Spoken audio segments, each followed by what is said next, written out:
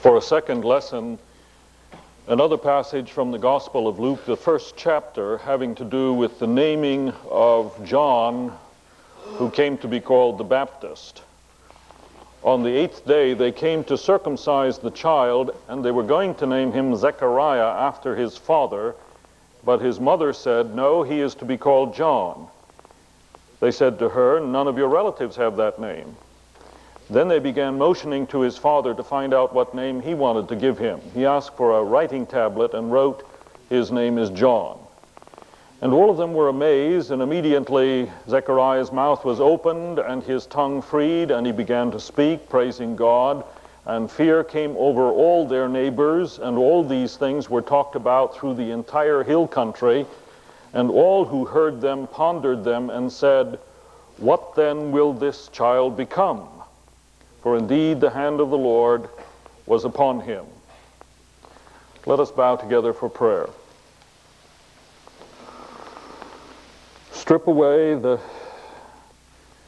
preoccupations and cares of the day and yesterday, that we may find a pool of silence deep within, wherein thy word may create new life. In the Spirit of Jesus, amen. The Reverend Peter Perry tells about his 3-year-old daughter Betsy. At the end of October, she was trick-or-treating for the very first time. My wife, he writes, had worked hard sewing a cute ladybug costume Betsy had picked out of a pattern book. As the holiday approached, Betsy decided she would rather be a vampire.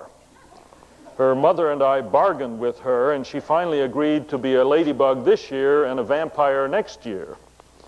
A few weeks after Halloween, the Sunday school class began rehearsing for the annual Christmas pageant. Betsy's teacher told her class that all the boys would be Christmas shepherds and all the girls would be Christmas angels in the pageant. You can imagine the teacher was perplexed, if not stunned, when Betsy burst into tears and ran from the room searching for her father. When she found me, she sniffled through her tears, "My teacher says I'm going to be a Christmas angel in the pageant." And I asked what was wrong with being an angel, and she reminded me, "I don't want to be a Christmas angel, I want to be a Christmas vampire." And I suspect there'll be a few Christmas angels that'll turn into vampires before Christmas is over again this year. The child, such a delight and terror, cause for such joy and such anxiety, and if ever the child is front and center, it is at this season, is it not? For the story is about the child, and therefore in some sense all children. The story reminds us again that this is where it all begins for all of us. No matter the other great challenges and concerns and hopes and world-shaking worries that clutter the headlines and demand our attention as adults each day, the heart of life and hope for the future rests in the child. And the question they asked so long ago, the question that grandparents and parents and uncles and cousins still ask, what will this child become? 100 million of them born every year. In African hut and crowded Shanghai and busy Manhattan and lonely Montana. And what happens to them? Whether they grow healthy and strong, become mature, contributing, caring human beings will affect not only those closest to them, but every one of us. Our safety and our social security, our economy and our enjoyment of life. For I remind you, every child begins as a small savage in the literal sense of the word, no matter how rich the gene pool. In the longest maturation process of any species, that little one must learn how to walk upright and speak a foreign language, keep dirt out of the mouth and diapers dry, manipulate those 3 instruments of the civilized table, keep his food above the floor, sleep in the dark and stay awake in the daylight, control the impulse to kill little sister, sit still for hours on end, do what he doesn't want to do without understanding why, look both ways when crossing the street, say please and thank you at the appropriate times, learn arithmetic and astronomy and physics and field hockey and how to dance and decorate your face, depending upon gender, and 1,000 other skills and subjects and survival techniques. If you step back a bit and watch, it is literally astounding all that must happen to brain and limb in a short, scarcely 20 years if that child is going to join us and not destroy us, share in building a future for the human family, not drag the human family into chaos and disaster. Our very future, the future of those we hold most dear, depends upon what happens to our children, all of them. Now, in the day of Elizabeth and Mary, this was most obvious. Back then, your children were an absolute economic essential, an asset both in your productive years and when the day came when you were no longer productive. No pension plans to fall back on, no government to step in when neglected by your children. Admittedly, the picture has turned around today. They're not an asset, they're a liability economically, but nevertheless, our future as families and human communities depends on what happens to them. They will grow up to drive us crazy or gratify our deepest hopes and dreams. They will grow up to burden our society or help us build it. What will this child become, indeed? Someone has written, I am the child. All the world waits for my coming. All the earth watches with interest to see what I shall become. Civilization hangs in the balance. For what I become, the world of tomorrow will be. I am the child. I come into your world, about which I know nothing. Why I came, I know not. How I came, I know not. I am the child. You hold in your hands my destiny. You determine whether I shall succeed or fail. Give me, I beg you, those things that truly make for happiness. Train me, I beg you, that I may be a blessing to you and your world. What will this child become? And what many children are becoming is not a pretty picture, and I hardly need to tell you. I hardly need to display all the statistics this morning. The number of children living in poverty is approaching 20%. The number of children born without a father present is approaching 30%. And lest we dismiss these as the problem of minority groups, let me remind you that in absolute numbers there are more whites than any other group in these conditions. Furthermore, the growing child abuse says something about our society's attitude toward children, or at least its ability to tolerate the frustration of bringing them into the adult world. 2.7 million cases of child abuse last year. One child dies every 4 hours of that. 2 of every 3 prisoners reveal childhoods of abuse. John Orr, sociologist at the University of Southern California, has done studies indicating, at least to his satisfaction, that only 1/4 to 1/3 of all kids seem to be growing up in a healthy manner, which means simply that an extraordinarily large number of children are at risk. And one major reason for this, according to those studying the scene, is that today people do not have the time for the children. They've made other commitments. So what's the answer? Only family can mature the infant savage into mature, responsible, contributing, caring human beings. Only family.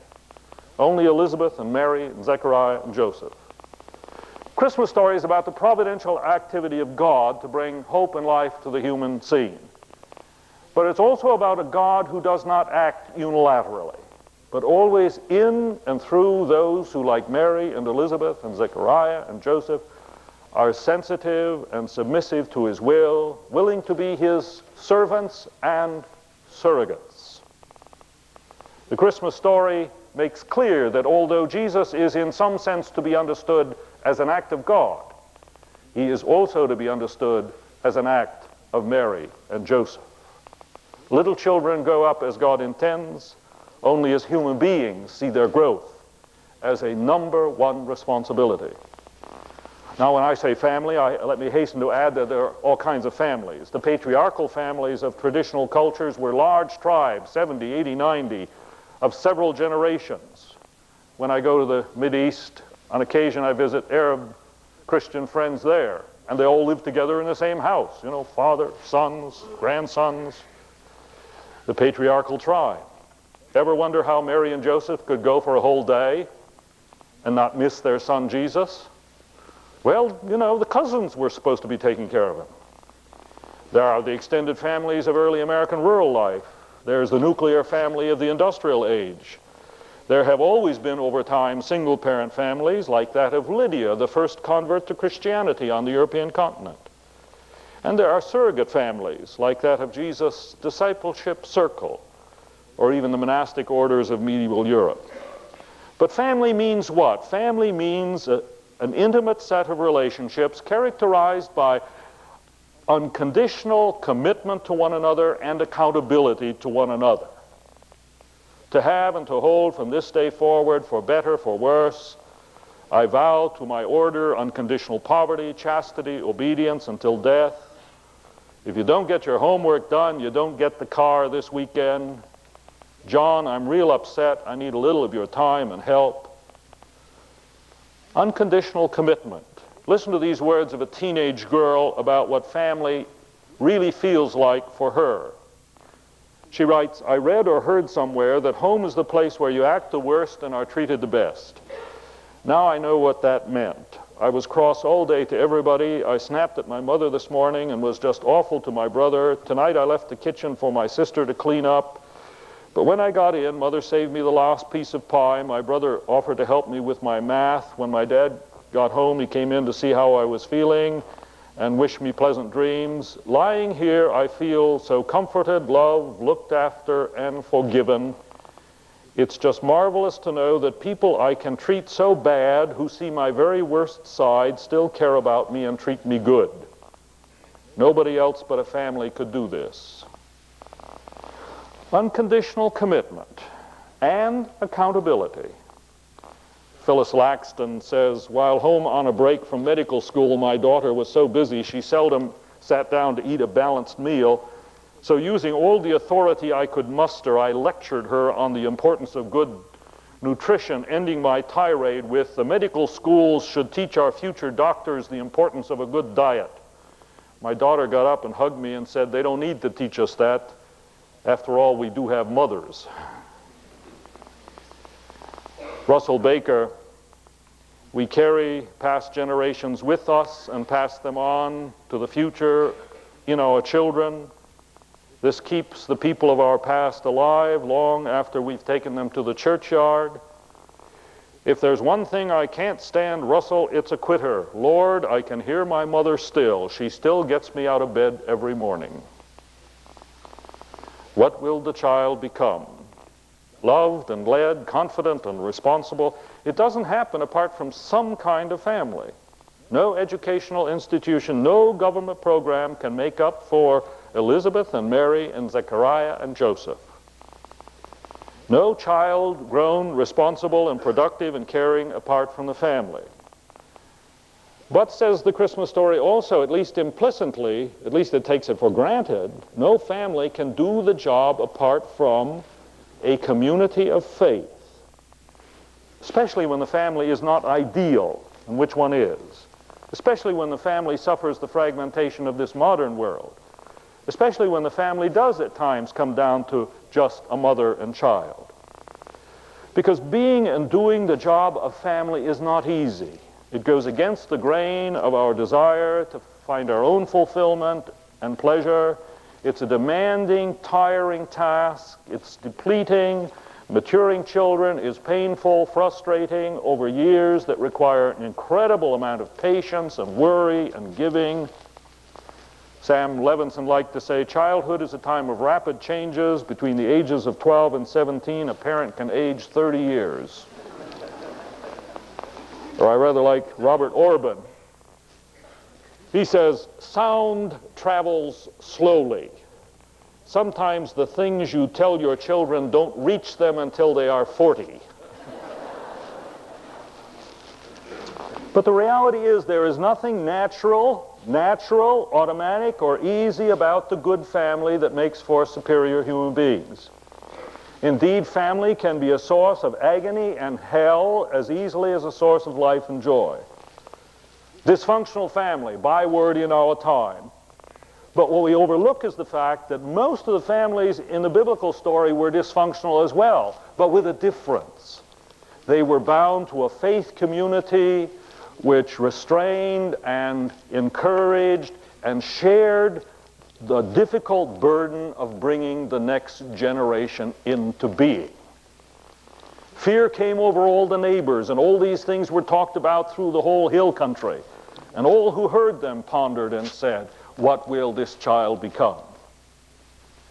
You know, anthropologists know of no society, almost no at least, that has long survived healthy and strong unless it has its center in a common faith and way of life.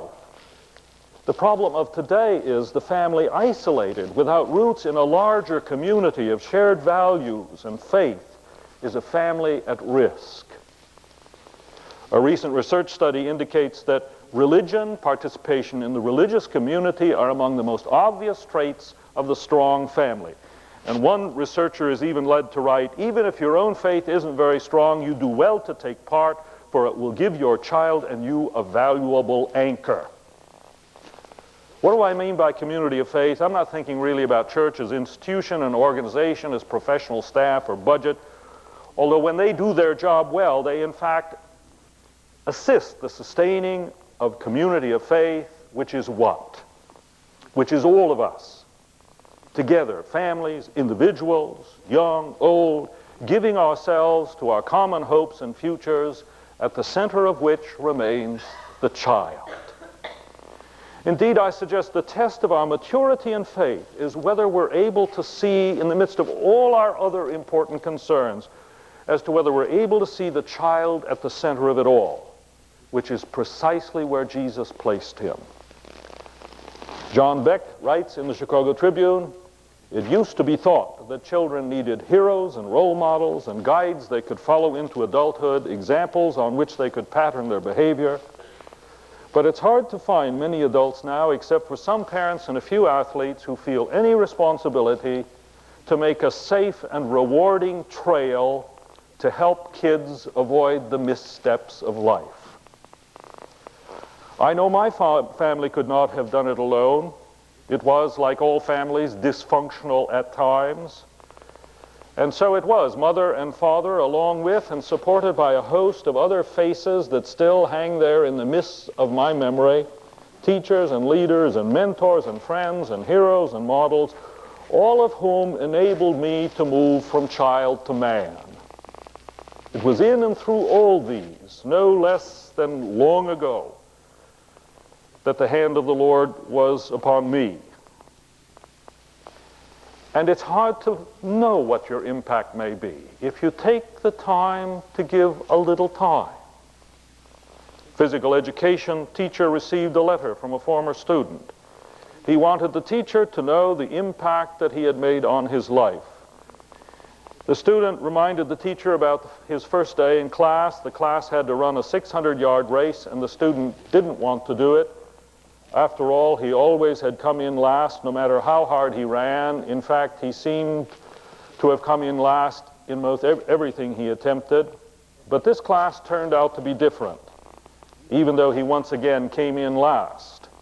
I remember that you ran alongside of me during that last 100 yards, yelling, "Good effort, Lou, great effort, absolutely magnificent." I felt like I had won the Olympic gold medal for the marathon.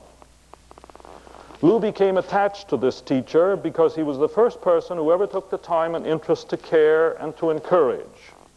Next year he went out for soccer. I would have never had the courage to do it if it had not been for your example.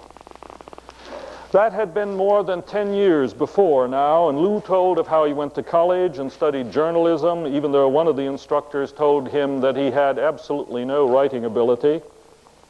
All through these 4 years, I held your example in my mind, looking for possibilities and wondering often how you managed to be so positive all the time.